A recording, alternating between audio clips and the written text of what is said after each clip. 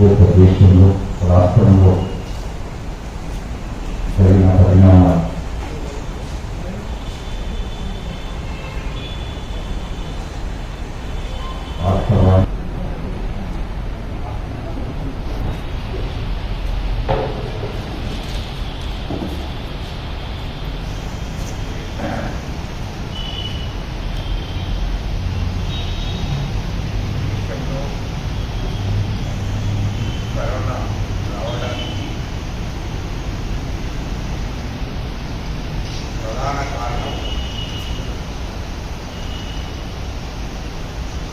ప్రధానమంత్రి గారు మోడీ గారు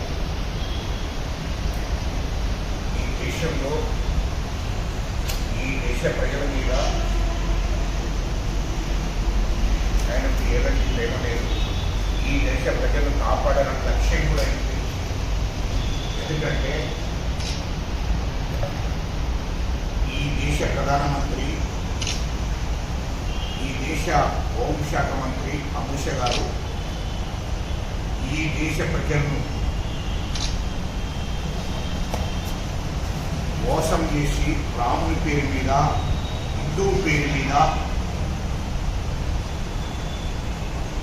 ఈ దేశంలో అధికారంలోకి వచ్చారు. అధికారంలోకి వచ్చిన తర్వాత ఈ దేశ ప్రజలను మర్చిపోయారు. ఒక దిక్కు రాముని పేరు మీద, రాముల పేరు మీద, హిందువుల పేరు మీద ఈ దేశ ప్రజలను దగా చేయడం, మోసం చేయడం జరిగింది. ఇయర్లో వాస్తవానికి 5 రాష్ట్రాల్లో ఎన్నికలు పెట్టి 5 రాష్ట్రాల్లో ప్రజలందరినీ బహిరంగ సభల ద్వారా ప్రజలందరినీ సమీకరించి బహిరంగ సభలు పెట్టి ప్రజలందరికీ కూడా 5 రాష్ట్రాల్లో ఉన్న ప్రజలందరికీ కూడా కరోనా అంటుకునే విధంగా వాళ్ళు నిర్ణయం తీసుకున్నారు, ప్రధానమంత్రి గారు అమిత్ షా గారు. ఎందుకంటే 5 రాష్ట్రాల ఎన్నికల్లో ప్రజలందరూ కూడా ఇయర్లో కరోనాను, కోవిడ్ నిబంధనలను ఉల్లంఘించి బహిరంగ సభలు, సమావేశాలు, సదస్సులు పెట్టడం జరిగింది. దాని మూలంగా ఇయర్లో 5 రాష్ట్రాల్లో ఎన్నికలు జరిగినాయి. కాబట్టి దేశవ్యాప్తంగా కరోనా వ్యాప్తించింది. ఇయర్లో దేశవ్యాప్తంగా లక్షల మంది కరోనా బారిన పడి హాస్పిటళ్ల పాలై 1000 మంది చనిపోయారు. దీనికి పూర్తి బాధ్యత ప్రధానమంత్రి గారే వహించాలి. మోడీ గారు. ఎందుకంటే ఇయర్లో ప్రధానమంత్రి మోడీ గారు బెంగాల్ ఎన్నికల్లో ఆ యొక్క బహిరంగ సభలకు ఆయనే అటెండ్ అయ్యారు. అమిత్ షా గారు హాజరయ్యారు. కేంద్ర మంత్రులు హాజరయ్యారు ఆ బహిరంగ సభలకు. ఇయర్లో తమిళనాడు, కేరళ, అస్సాం, మరి ఈ రాష్ట్రాలలో బహిరంగ సభలు పెడితే ఆ బహిరంగ సభలకు స్వయంగా వీళ్ళు హాజరయ్యారు. కోవిడ్ నిబంధనలను కూడా లెక్క చేయలేదు ఈ దేశ ప్రధానమంత్రి అమిత్ షా గారు. కోవిడ్ నిబంధనలను ఉల్లంఘించి మొత్తం ఎలక్షన్ల ప్రచారంలో తిరిగారు. దీనికి పూర్తి బాధ్యత వాళ్ళిద్దరే వహించాలి, ప్రధానమంత్రి మోడీ గారు, హోంశాఖ మంత్రి అమిత్ షా గారు. ఇది వాస్తవం. అందుకోసమే ఇయర్లో 5 రాష్ట్రాల ప్రజలందరూ, ఇయర్లో పశ్చిమ బెంగాల్, ఇయర్లో తమిళనాడు, అదేవిధంగా కేరళ ప్రజలందరూ గుణపాఠం చెప్పారు. ఈ దేశాన్ని బీజేపీ పార్టీ, ఆర్ఎస్ఎస్ అనేది ఈ దేశ ప్రజలను మోసం చేయడానికే ఉంది. మోడీ గారు, అమిత్ షా గారు ఈ దేశ ప్రజలను మోసం చేయడానికే వచ్చారని చెప్పి ఆ ప్రజలు గుణపాఠం చెప్పి పంపించారు. బీజేపీని అధికారానికి రాకుండా అక్కడి ప్రజలందరూ ఆలోచించి మొత్తం వెలివేశారు. వాళ్ళు తమిళనాడు అక్కడి ప్రజలు గుణపడని చెప్పారు, కేరళలో గుణపడని చెప్పారు, బెంగాల్లో గుణపడని చెప్పారు.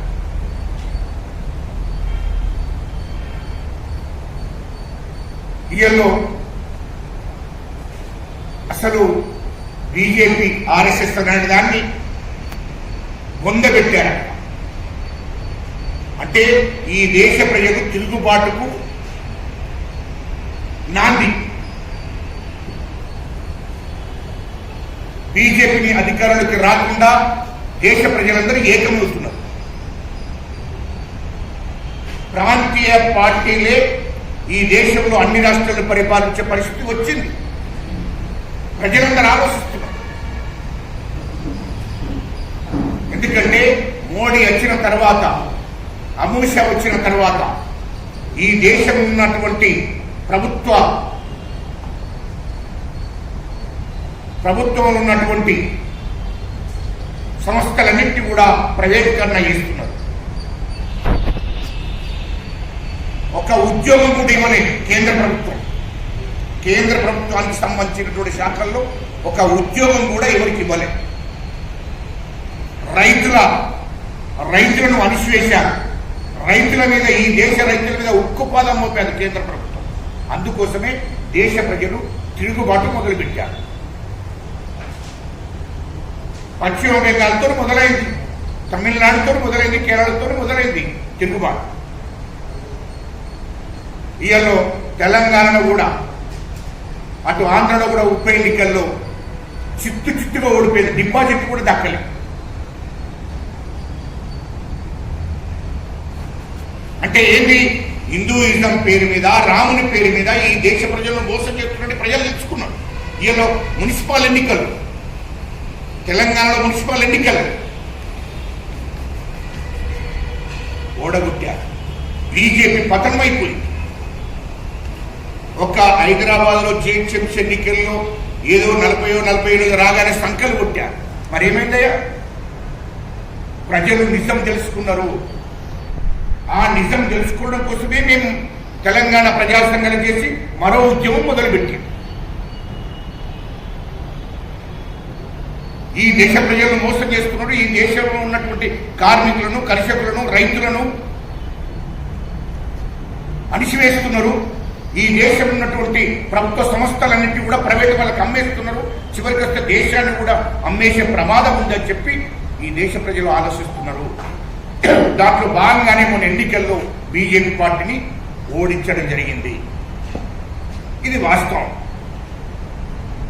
ఈ తెలంగాణ రాష్ట్రంలో బీజేపీ అనేది కలగానే మిగిలిపోతుంది తప్ప అసలు ఇక్కడ గెలిచే పరిస్థితి లేదు.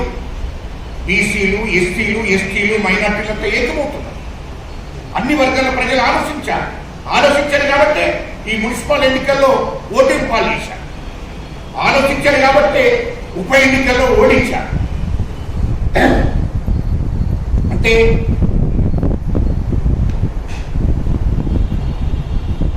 ఈరోజు ప్రజలందరూ మరో పోరాటానికి సిద్ధమవుతున్నారు. అదేవిధంగా రాజకీయ పరిణామాలు,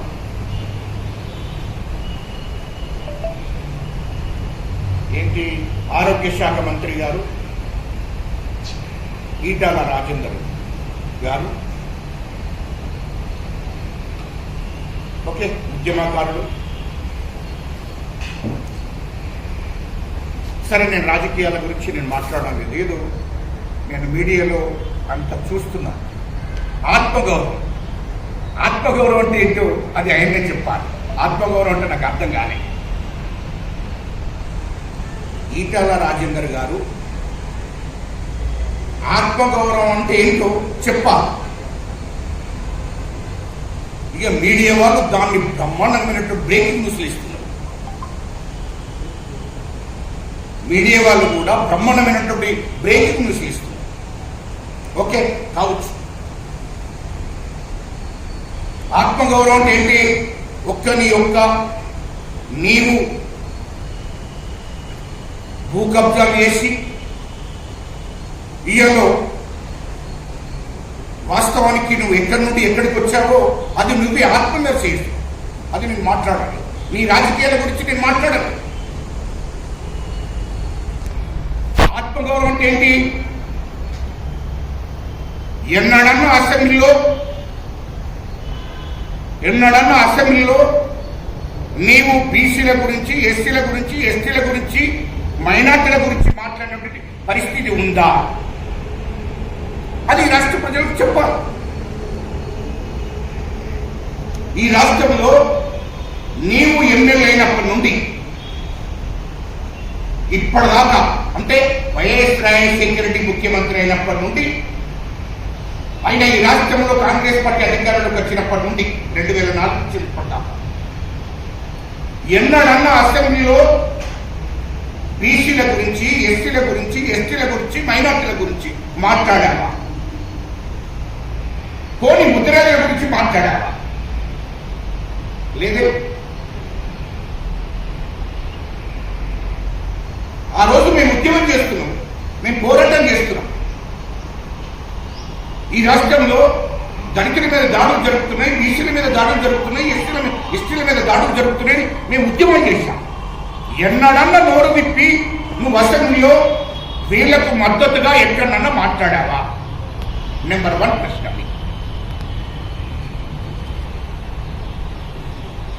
నేను ఈ రాజకీయాల విషయంలో నేను మాట్లాడా, నాకు అవసరం కూడా లేదు. ఇవాళ నువ్వు కాంగ్రెస్ పార్టీ వైఎస్ రాజశేఖర అధికారంలో ఉన్నప్పుడు కూడా మీ టీఆర్ఎస్ పార్టీలో ఎమ్మెల్యేలు గెలిచినప్పుడు మీ అంటే కాంగ్రెస్ పార్టీతో పొత్తు పెట్టుకొని మీరు గెలిచినప్పుడు మీకు మంత్రి పదవులు 6 ఇచ్చారు కాంగ్రెస్ పార్టీ. అందులో నువ్వు మంత్రి. అప్పుడు మాట్లాడావా? మాట్లాడు. శాసనసభ పక్ష నాయకుడివి. కాంగ్రెస్ పార్టీ అధికారంలో ఉన్న రోజు నువ్వు శాసనసభ పక్ష నాయకుడివి. మాట్లాడావా? ఎస్సీల గురించి, ఎస్టీల గురించి, మైనార్టీల గురించి, బీసీల గురించి ఎప్పుడన్నా అసెంబ్లీలో ఈ ప్రస్తావన తీశావా? పోనీ బయట వచ్చి బీసీలకు, ఎస్సీలకు, ఎస్టీలకు, మైనార్టీలకు ఎన్నడన్నా మద్దతు చేశావా? వీళ్ళ కోసం ఎక్కడన్నా పోరాటాలు చేయడం జరిగిందా? ఆత్మగౌరవం ఏంటి? మహాత్మా జ్యోతిరావు ఫులే ఆత్మగౌరవ పోరాటం చేశాడు. డాక్టర్ బాబాసాహెబ్ అంబేద్కర్ ఆత్మగౌరవ పోరాటం చేశాడు. పెరియార్ రామస్వామి ఆత్మగౌరవ పోరాటం చేశాడు. ఏమైనా ఆత్మగౌరవ పోరాటం దయచేసి మీ మీడియా వాళ్ళకు కూడా చెప్తున్నాం. ఎందుకంటే ఇది వాస్తవాలు నేను మాట్లాడతాను. సరే మీరు రాస్తారా, రాయాలా, ఏం చేయాలంటే నాకు ఆ బ్రేకింగ్ న్యూస్ వద్దు. కానీ ఉన్న వాస్తవాలు మీకు చెప్పడం జరుగుతుంది. ఒక్కడి మంత్రి పదవిలోగానే ఏదో పెద్ద మునిగిపోయినట్టు, ఎస్సీలని, ఎస్టీలని, బీసీల ఆత్మగౌరవం ఇప్పుడే దెబ్బతిన్నట్టు, ఇప్పుడే మొత్తం రోడ్డు మీద పడ్డట్టు చేస్తే ఏంటే?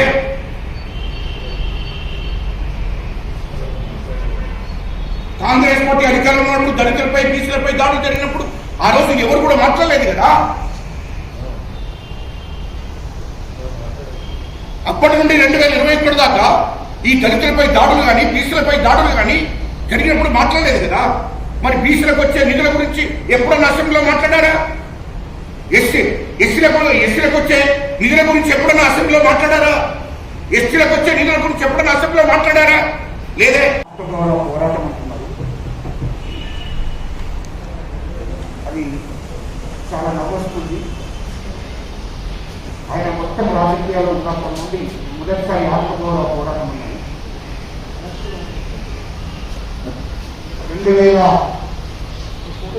2003లో టీఆర్ఎస్ పార్టీ ఎన్నిక తర్వాత ఆయన టీఆర్ఎస్ పార్టీలో విజయ్ అయినప్పటి నుంచి ఇప్పటిదాకా, అంటే కాంగ్రెస్ పార్టీ 96 వైఎస్ రాజశేఖర రెడ్డి క్యాబినెట్లో ఆయన మంత్రిగా ఉన్నాడు. అప్పుడు కూడా అసెంబ్లీలో ఈ బీసీలు, ఎస్సీలు, ఎస్టీలు, మైనార్టీలు గుర్తుకు రాలేదు. మరి అదేవిధంగా అప్పుడు ఆత్మగౌరవం గుర్తుకు రాలేదు. ఆయన శాసనసభ పక్ష నాయకుడు ఉన్నప్పుడు కూడా అసెంబ్లీలో ఏనాడు కూడా ఈ బీసీ రాష్ట్రం ఎస్సీ రాష్ట్రం ఎస్టీ రాష్ట్రం గురించి గుర్తుకు రాలేదు. తెలంగాణ ప్రజల గురించి గుర్తుకు రాదు. 2014 నాకు కూడా ఏం లేదు. 2021 దాకా మంత్రి అంటే ఆయన మొత్తం ఈ 20 రాజకీయాలు అధికారులు ఎక్కువ లేదు. ఆర్థిక శాఖ మంత్రి, ఆరోగ్య శాఖ మంత్రి, తెలంగాణ రాష్ట్రం వచ్చిన తర్వాత మొట్టమొదటి ఆర్థిక శాఖ మంత్రి. అదేవిధంగా ఇప్పుడు ఆరోగ్య శాఖ అన్న పదవి ఎక్కువ లేదు. కానీ ఏ రోజు కూడా అసెంబ్లీలో కానీ బయట కానీ ఏనాడు కూడా బీసీల గురించి, ఎస్సీల గురించి, ఎస్టీల గురించి, ఈ మైనారిటీల గురించి ఎక్కడ కూడా మాట్లాడాలి. వీళ్ళ ఆత్మగౌరవం గురించి మాట్లాడాలి. ఇది వాస్తవం. ఇవాళ ఆత్మగౌరవం గురించి మాట్లాడాలి. అదేవిధంగా అసెంబ్లీలో ఆ రోజు ఎమ్మెల్యే అయినప్పటి నుండి ఇప్పటిదాకా ఎస్సీల మీద దాడులు జరిగాయి, బీసీల మీద దాడులు జరిగాయి, ఎస్టీల మీద దాడులు జరిగాయి. ఒక్క రోజున ఓటీపీ అసెంబ్లీలో బీసీలు ఎస్సీల గురించి మాట్లాడాలి. అది చెప్పాలి. ఓన్లీ అప్పుడు ఇప్పటిదాకా ఈ బీసీల వచ్చేటువంటి మాట నిధులు ఎప్పుడన్నా అసెంబ్లీలో మాట్లాడాలా? మా బీసీలకు మరి ఈ నిధులు వస్తాయి, ఈ బీసీ కార్పొరేషన్ ఇన్ని నిధులు వస్తాయి, ఎందుకు ఇస్తలేమని ఎప్పుడైనా ప్రశ్న. ఎస్సీల గురించి మరి ఎస్సీలకు ఇన్ని నిధులు వస్తాయి అని ఎప్పుడైనా మాట్లాడాలి. ఎస్టీల గురించి మరి ఎస్టీలకు ఇన్ని నిధులు వస్తాయి ఎప్పుడైనా మాట్లాడాలి. ఇది మాట్లాడు. ఇంకా మరి ఆత్మగౌరవం ఇక్కడ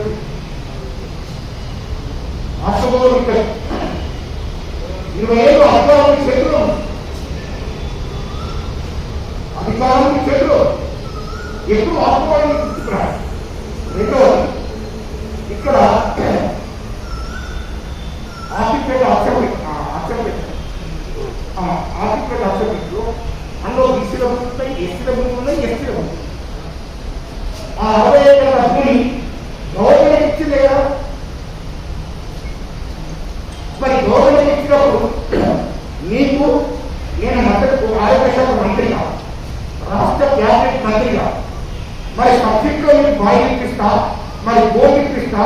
ఈ 60 ఎకరాలు మరి మీరు పంటలు పండించుకొని బాగుపడాలి, ఆర్థికంగా మరి బాగుపడాలి. మీరు ఎందుకంటే నిరుపేదలు, సర్కారు నిరుపేదలకు, గవర్నమెంట్ నిరుపేదలకు భూములు ఇచ్చారు. మరి ఆ భూములను దున్నుకొని మీరు బతకండి. ఎందుకంటే మీ స్థితిగతులు మనకి లేదు. నిరుపేదలైనటువంటి మీలాంటి వాళ్ళకు నేను సాయం చేస్తా అని వాళ్ళను బోర్లు ఇచ్చో, లేకుంటే బాయి సబ్జెక్టు బాయి ఇచ్చో, వాళ్ళు అక్కడ తోట పెట్టుకోవడం, లేకుంటే పొలం చేసుకోవడం, లేకుంటే ఏదైనా వ్యవసాయం చేసుకుని బతికే విధంగా ఎందుకు వేయడం వరకు సపోర్ట్ వాళ్ళకి సహకరించని పోయి సపోర్ట్ చేయకుండా వాళ్ళ భూములను కాజేసుకుంటే ఎంతవరకు న్యాయం? ఇది కరెక్ట్ కదా. ఇది నన్ను ఐఎస్ ఆఫీసర్ ఇంకో విచారణ చేశారు, విజిలెన్స్ కోసం విచారణ చేశారు. ఇది వాస్తవం కాదు. ఇప్పుడు రామాలయ ఏమి భూములు మిగిలిన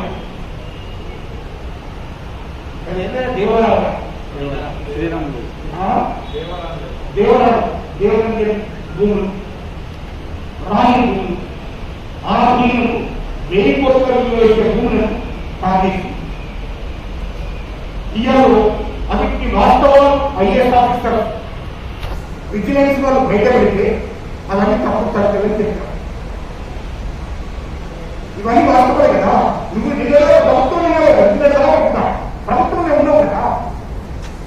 మరి ప్రభుత్వం ఉంది, ఈ విధంగా ఏదో సైన్స్ మాత్రం ఇది ప్రభుత్వం విజయం చేపిస్తే ఇది తప్ప చెప్తున్నాం. మరి ప్రభుత్వం అధికారి ప్రభుత్వంలో ఉన్నాం కదా. ఇది విద్యలో 1000 కోట్ల రూపాయలు సంపాదించిన తర్వాత మీకు రాష్ట్రం అంతకుముందు అమరవీర కుటుంబాల గురించి గుర్తుకురాలి, తెలంగాణ ఉద్యమకారుల గురించి గుర్తుకురాలి, తెలంగాణ ఉద్యమకారుల ఆత్మగౌరవం గుర్తుకురాలి, అమరవీర కుటుంబాల ఆత్మగౌరవం గుర్తుకురాలి. కానీ ఇప్పుడు నీ దగ్గరకు వచ్చే వరకు నీ మంత్రి పదవి వరకు మీరు పాటించే బహిష్కరించే వరకు ఆత్మగౌరవం ఎక్కడ న్యాయం? ఇది తెలంగాణ ప్రజలు గమనిస్తున్నారు. తెలంగాణ ప్రజలు సరైన టైంలో సరైన గుణపాఠ చెప్పడానికి సిద్ధంగా ఉన్నారని చెప్పి సందర్భంగా తెలియదు. వీళ్ళ స్థితిగతుల గురించి ఎప్పుడు మాట్లాడలేదు. ప్రజల్ని ఎన్నుకొని పంపిస్తే అసెంబ్లీకి, మరి అసెంబ్లీలో వీళ్ళ గురించి ప్రస్తావన కూడా రాలేదు కదా. అంటే దీంట్లోనే ఈ తెలంగాణలో ఉన్నటువంటి ప్రజలకు న్యాయం కదా, ఆ ప్రస్తావన లేదు అసెంబ్లీలో. ఎప్పుడన్నా డిస్కషన్ చేసావా?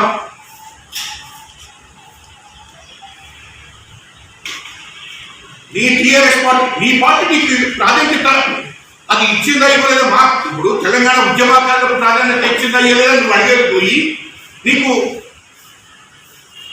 కాంగ్రెస్ తో పొత్తు పెట్టుకున్నప్పుడు నువ్వు మంత్రి అయ్యావు, శాసనసభ పక్ష నాయకుడు అయ్యావు. ఇప్పుడు 2014లో తెలంగాణ రాష్ట్రం ఏర్పడ్డ తర్వాత 2014 ఎలక్షన్ పోయినాక టీఆర్ఎస్ పార్టీ అధికారంలోకి వచ్చినాకనే నువ్వు ఆర్థిక శాఖ మంత్రి అయ్యావు. నీవు దాని పేరు ఏది, మన ఆర్థిక శాఖ మంత్రితో పాటు సివిల్ సప్లై మంత్రి, ఇప్పుడు ఆరోగ్య శాఖ మంత్రి. ఏంటి ఇంక ఆత్మగౌరవం ఏంటే నాకు అర్థం కాదు. ఆత్మగౌరవం ఏంటి? నీవు టీఆర్ఎస్ పార్టీలో చేరినప్పటి నుండి, ఎమ్మెల్యే అయినప్పటి నుండి నువ్వు పదవులేనే. ఎమ్మెల్యే పదవి, నీకు మంత్రి పదవి అప్పుడే, నువ్వు శాసనసభ పక్ష నాయకుడివి, ఆర్థిక శాఖ మంత్రివి, మరి ఏది మన సివిల్ సప్లై మంత్రివి, ఇప్పుడు ఆరోగ్య శాఖ మంత్రివి. అంటే ఏంటి? ఇంకా ఆత్మగౌరవం అంటే ఏంటి? ఆత్మగౌరవం అంటే నీకోసం నీ ఆత్మగౌరవం, తెలంగాణ బీసీ ఎస్ఎస్టీ మైనార్టీల ఆత్మగౌరవం ఏది? దాని గురించి క్లారిటీ చెప్పాలి మీడియా కూడా. మరి మీడియా మిత్రులు కూడా అడుగుతలేరు ఏంటయ్యా ఇది ఆత్మగౌరవం అంటే ఏంటో, అది దాని మీనింగ్ చెప్పని అడుగుతలేరు. అది ఏంటో నాకు అర్థం కాదు. అంటే మీకు కూడా డౌట్ రావచ్చు, గజలకాంతం ఎందుకు మాట్లాడు? నేను ఒక తెలంగాణ ఉద్యమకారునిగా మాట్లాడుతున్నా, నేను తెలంగాణ ఉద్యమం చేసిన నాయకుడిగా మాట్లాడుతున్నా. ఈటల రాజేందర్ కన్నా ఇంకా 10 అంతలు ఎక్కువనే చేసిన ఉద్యమం అది మీ అందరూ ప్రదేశ్. ఈ రాష్ట్రంలో ఉన్నటువంటి అన్ని పార్టీలను ఏకం చేసింది మీకు తెలుసు. కాంగ్రెస్ ను, తెలుగుదేశాన్ని, టీఆర్ఎస్ ను, సిపిఐని, సిపిఐ వీళ్ళందరూ ఏకం చేసి ఒక తాటిపై తీసుకొచ్చి వీళ్ళందరూ ఢిల్లీకి తీసుకుపోయి కేంద్రంలో అక్కడ ఉన్నటువంటి కేంద్ర ప్రభుత్వంతో మాట్లాడించి ఇదంతా చేశాం. ప్రతిపక్ష పార్టీ చంద్రబాబుతో లేఖ ఇప్పించాం. అరే ఇప్పుడు ఉన్న జగన్ వైఎస్ కాంగ్రెస్ పార్టీతో లేఖ ఇప్పించాం. ఇదంతా కష్టపడ్డాం, తెలంగాణ ఉద్యమం చేశాం. పార్లమెంట్ బిల్ అయిపోయేలాగా మేము ఉద్యమం చేశాం, పోరాటం చేశాం. కాబట్టి నేను ఒక ఉద్యమకారునిగా మాట్లాడుతున్నాను. నాకు ఆత్మగౌరవం ఉంది. నేను తొందరపడలే. తెలంగాణ రాష్ట్రం కోసం నిత్యం నిరంతరము తెలంగాణ రాష్ట్రం వచ్చేదాకా పోరాటం చేశాను. కానీ నేను ఉన్న వాస్తవాన్ని మాట్లాడి ఎప్పుడైనా ఇది వాస్తవం తెలుసుకోవాలి. ఎందుకంటే వాస్తవాలు తెలుసుకోకుండా మీడియా వాళ్ళు కూడా ఆయనను ఏమయ్యా అని చెప్పి బ్రేకింగ్ ఏమయ్యా, ఆయన ఎప్పుడు టీఆర్ఎస్ పార్టీలో వచ్చినప్పటి నుండి అధికారాన్ని అనుభవించాడు. ఇదే 2014 నుంచి వెళ్ళి నోరు మూసుకొని ఇంట్లో కూర్చున్నామయ్యా. ఈ తెలంగాణ రాష్ట్రం కోసం, తెలంగాణ ప్రజల కోసం ఉద్యమం చేశాం.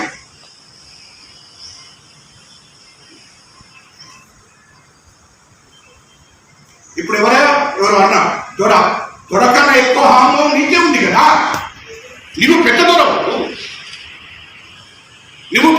కదా.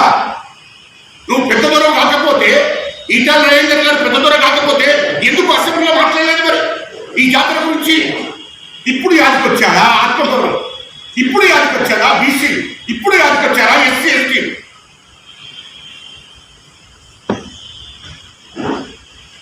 వాస్తవాలు తెచ్చుకొని మాట్లాడాలి ఎప్పుడైనా. ఇలా ఒక్కరిని ఎత్తే ఉద్యమం తెలంగాణ రాలే. ఈ తెలంగాణ కోసం 1200 మంది బిడ్డలు ప్రాణత్యాగం చేశారు, చనిపోయారు.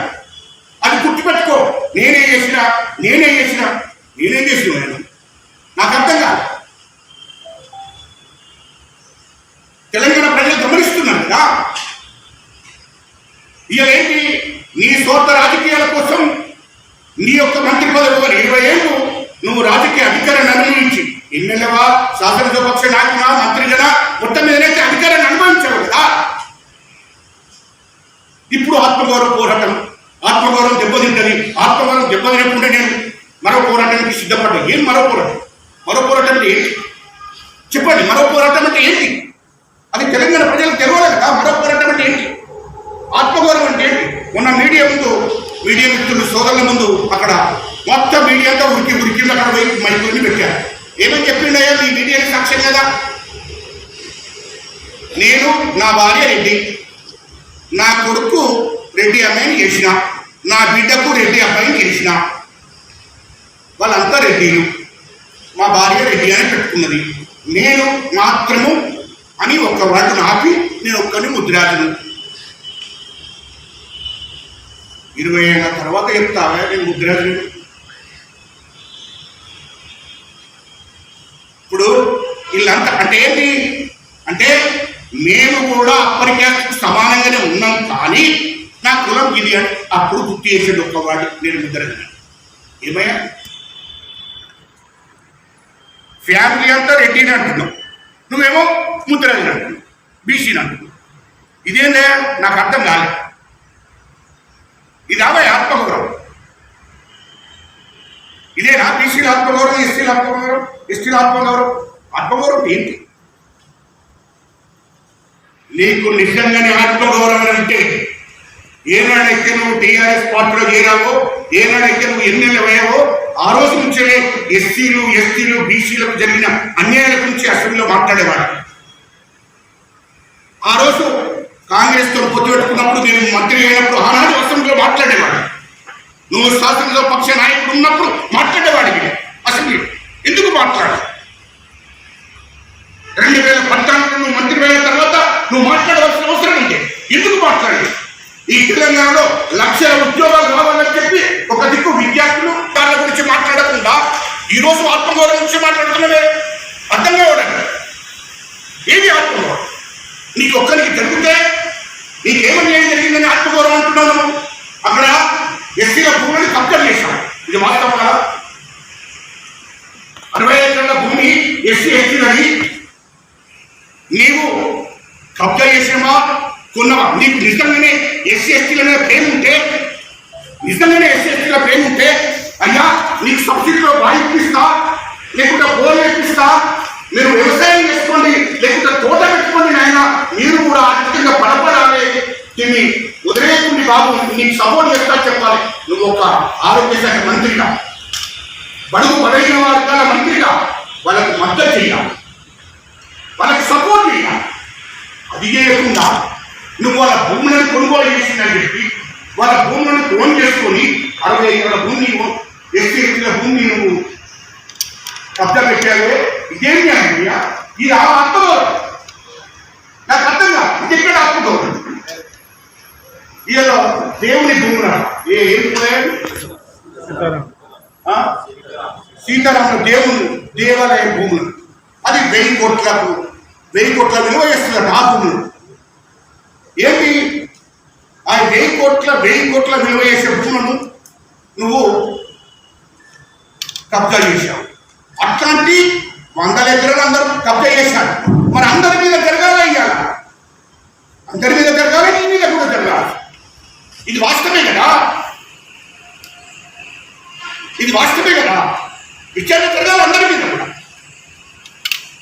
ఈలో కలెక్టర్ పోయి నువ్వు కలెక్టర్ కూడా అబద్ధమే ఆడతారా? నువ్వు గవర్నమెంట్లో ఉన్నావు కదా, నువ్వు మంత్రివే కదా. 4 కలెక్టర్లు విచారణ చేశారు, వాళ్ళ తప్పంటావా? ఎంఆర్ఓ పోయింది, వాళ్ళ తప్పంటావా? విజిలెన్స్ వాళ్ళు వేయండి, వాళ్ళు కూడా తప్పే అంటావా?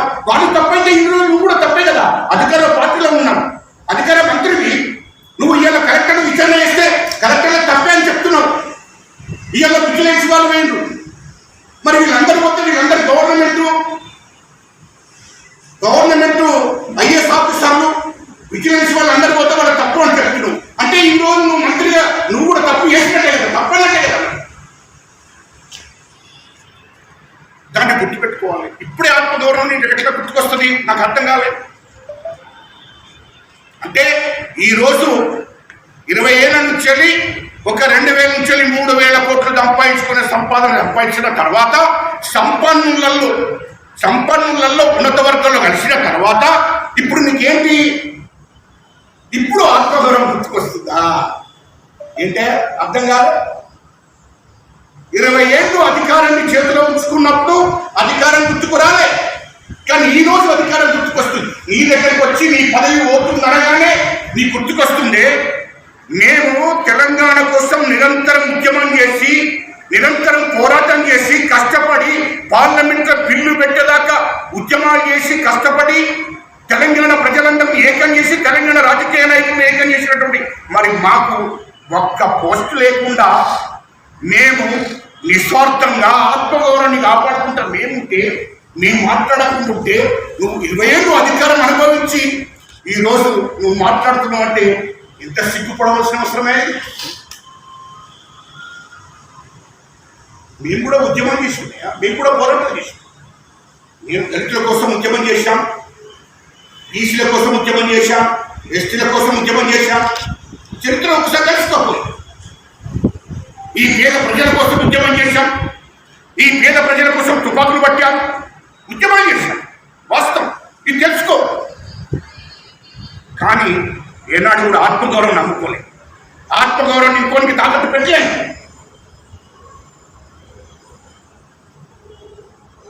అమరవీరుల కుటుంబాల గురించి ఎప్పుడైనా మాట్లాడేవాళ్ళే?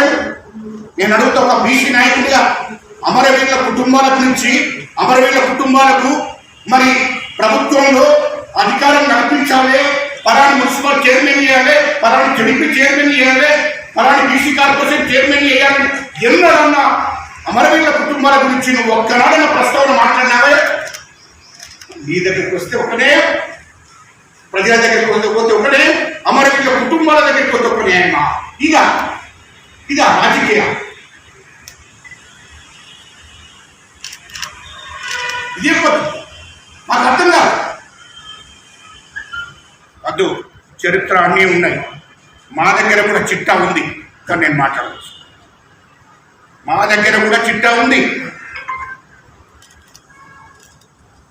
నీ రాజకీయాలు నువ్వొక సంపన్నుడివి, నీకే ఆత్మగౌరవం నాకు అర్థం కాదు. నువ్వొక సంపన్నుడివి,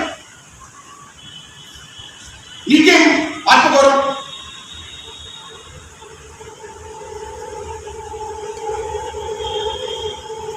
ఈరోజు తెలంగాణ కోసం నిజమైన ఉద్యమం చేసిన వాళ్ళందరూ కూడా ఉన్నటువంటి వారు ఆత్మగౌరవం కోసం పోరాడు, ఆత్మగౌరవం కాపాడుకోవడం కోసం ప్రయత్నం చేస్తున్నారు. ఇది వాస్తవం.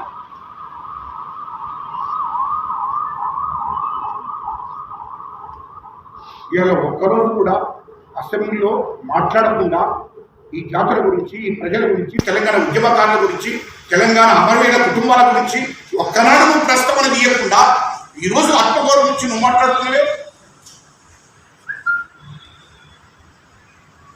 ఈ తెలంగాణ ప్రజలు ఇంకా అణిచివేయడం కోసం, ఈ తెలంగాణ ప్రజలు మోసం చేయడం కోసం బీజేపీతో కూడా చర్చలు గడిపాం. ఇది వాస్తవం కాదా? ఈ బీజేపీ వాళ్ళతోని కుట్రకుతంత్రం చేస్తలేవా? అంటే బీజేపీ పార్టీలకు వెళ్ళి నీ స్వార్థ ప్రయోజనాల కోసం, నీ రాజకీయ ప్రయోజనాల కోసం ఈ తెలంగాణ ప్రజలు ఇంకా మభ్యపెట్టడం చూడడం సరైనది కాదు. నీ రాజకీయ పార్టీ, నువ్వు బీజేపీ పార్టీలకు వెళ్తావా, రాజకీయ పార్టీ పెట్టుకుంటావా, అది నీ సొంత విషయం, నాకు సంబంధం లేదు. కానీ ఈ ప్రజలను ఇంకా కూడా మభ్యపెట్టడం కోసం, అవునయా నీ రాజకీయాల కోసం నువ్వు టీఆర్ఎస్ పార్టీలో రేపు పొద్దుగా బీజేపీ పార్టీతో చర్చ జరిగి బీజేపీ పార్టీలో పోవడం కోసం ప్రయత్నం చేస్తున్నావు. అది మీ రాజకీయ, ఇది ప్రజలకు సంబంధం లేదు. ఈరోజు టీఆర్ఎస్ పార్టీలో ఉండి ఏ ముద్ర చెప్పడం, రేపు పొద్దుగా బీజేపీ పార్టీలో పోతే ఏంటి మా పరిస్థితి? ఏంటి మా పరిస్థితి? బీజేపీ వాళ్ళు దేశవ్యాప్తంగా దళితుల మీద దాడులు చేస్తున్నారు, దళితులను చంపేస్తున్నారు, రైతులను అణిచివేస్తున్నారు. వీటి గురించి ఎప్పుడు ప్రస్తావన లేకుండా ఇప్పుడు మళ్ళీ బీజేపీతో చేతులు కలిపే ప్రయత్నం, ఇవన్నీ నీ స్వార్థ రాజకీయం. ఇది తెలంగాణ ప్రజలకు సంబంధం లేదు. ఇలా కాన్స్టిట్యూషన్ ఉన్నాయి, ఆ కాన్స్టిట్యూషన్ కరీంనగర్ పోతున్నాం. ఒక 2-3 రోజుల కరీంనగర్ నువ్వు ఇన్ని రోజులు నేను ఎందుకు మాట్లాడుకుంటున్నానంటే వాస్తవానికి ఇది వాస్తవ విషయం చెప్తున్నా మీకు. తెలంగాణలో దళిత సంఘాలను, అంబేద్కర్ సంఘాలను, ఎస్టీలను, బీసీలను ఏ సంఘాలు పెట్టకుండా చేసి ఈ సంఘాలన్నింటి నిర్వీర్యం కావడానికి ఈ ఆరోగ్య శాఖ మంత్రి ఈటెల రాజేందర్ గారే కారణం. వాస్తవం. ఇయాలో అదే హుజరాబాద్ నుండి ఒక్క అంబేద్కర్ సంఘం, ఒక బీసీ సంఘం, ఒక ఎస్టీ సంఘం లేకుండా చేశాడు, నిర్వీర్యం చేశాడు. సంఘాల పేర్ల మీద రోడ్డు మీదకి వచ్చి ఉద్యమాలు చేస్తే వాళ్ళను అణచివేత గురి చేశాడు, పోలీసులతో అరెస్ట్ చేయించాడు. ఇది వాస్తవం కాదా? 100 మంది మీద కేసులు పెట్టించాడు అక్కడ హుజరాబాద్ నియోజకవర్గంలో 100 మంది మీద కేసులు అయింది. ఇది వాస్తవం కాదా? ఇది మీ నియోజకవర్గంలో ఎస్సీల మీద, బీసీల మీద కేసులు పెట్టించింది ఇది వాస్తవం కాదా? ఈయన నీకు తిరుగుబడి మాట్లాడి అయ్యా మంత్రి గారికి ఇట్లా అంటే అక్కడ ఎస్సీల మీద దాడి చేపిస్తుంది, ఎస్టీల మీద దాడి చేపిస్తుంది, బీసీల మీద లేపిస్తుంది. నీ మూలంగా నువ్వు ఎవరినన్నా, ఏ బీసీనన్నా ఫలాని బీసీని ఇగో ప్రభుత్వంలో ఆయనకు అవకాశం కల్పిస్తున్నాం, ఇగో బీసీ కార్పొరేషన్లో ఒక బీసీని తీసుకొచ్చి పెట్టావా, ఎస్సీ కార్పొరేషన్లో ఒక ఎస్సీని తీసుకుపోయి నువ్వు సొంతగా ఈ జాతులు బాగుపడాలని నీ ప్రభుత్వ పరంగా ఏమైనా సహకరించావా నువ్వు ప్రభుత్వం ఉన్నప్పుడు? లేదే. ఏమైనా వచ్చినది ఏమైందంటే దళిత సంఘాలు, స్వచ్ఛంద సంస్థలు అన్నింటినీ నిర్వీర్యం చేశారు. ఇది వాస్తవం. ఇది కరీంనగర్ గడ్డ మీద ఉంటే చెప్తారు కరీంనగర్ ప్రజలు, హుజరాబాద్ ప్రజలు చెప్తారు. ఇది అందుకోసమే అన్ని తెలుసు. గ్రౌండ్లో నువ్వు ఉన్నావు, నేను ప్రతి పల్లెలో నీకున్నది హుజరాబాద్, అదే హుజరాబాద్ కాన్స్టిట్యూన్సీలో నాకున్నది ఉద్యమకారులు, నాకున్నది దళిత సంఘాలు, బీసీ సంఘాలు, ప్రజా సంఘాలు నాకున్నవి, నీకు కూడా తెలుసు. కాబట్టి నేను గ్రౌండ్లో ఉన్నా కాబట్టి నీకు చెప్తున్నాను. వాళ్ళ హక్కుల కోసం కొట్లాడటువంటి అంబేద్కర్ సంఘాలు, ప్రజా సంఘాలు వాళ్ళని అణచివేశాం. ఇది వాస్తవం. వాళ్ళ హక్కుల కోసం పోరాటం చేసిన వాళ్ళ ఆత్మగౌరవం కోసం వాళ్ళు పోరాటం చేస్తే వాళ్ళని అణచివేయించాం. ఇంకా ఆత్మగౌరవం ఎక్కడదే? ఆత్మగౌరవం కోసం నా ఆత్మగౌరవ పోరాటం అనుకున్నాం. ఇది ప్రజలు గమనిస్తున్నారు, ప్రజలు కూడా చూస్తారు. నేను కూడా వాస్తవ విషయాలు ఇంకా చాలా ఉన్నాయి, వాస్తవ విషయాలు మాట్లాడుతుంది. మేము కూడా మాట్లాడతాం, మాకు కూడా తెలుసు. అందుకోసమే నీ రాజకీయ పార్టీల గురించి నేను మాట్లాడలేదు. కానీ రాజకీయాల కోసం ఈ తెలంగాణ ప్రజలను మళ్ళొక్కసారి మభ్యపెట్టి మోసం చేయకూడదు అని నేను అనుకుంటున్నాను. నేను తెలంగాణ ఉద్యమకారినిగా మాట్లాడుతాను అంతే.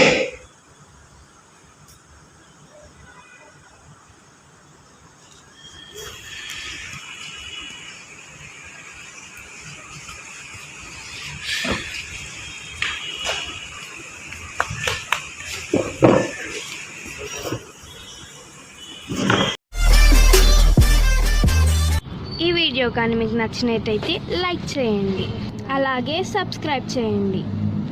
పక్కనే ఉన్న బెల్ బటన్ని నొక్కడం మర్చిపోకండి.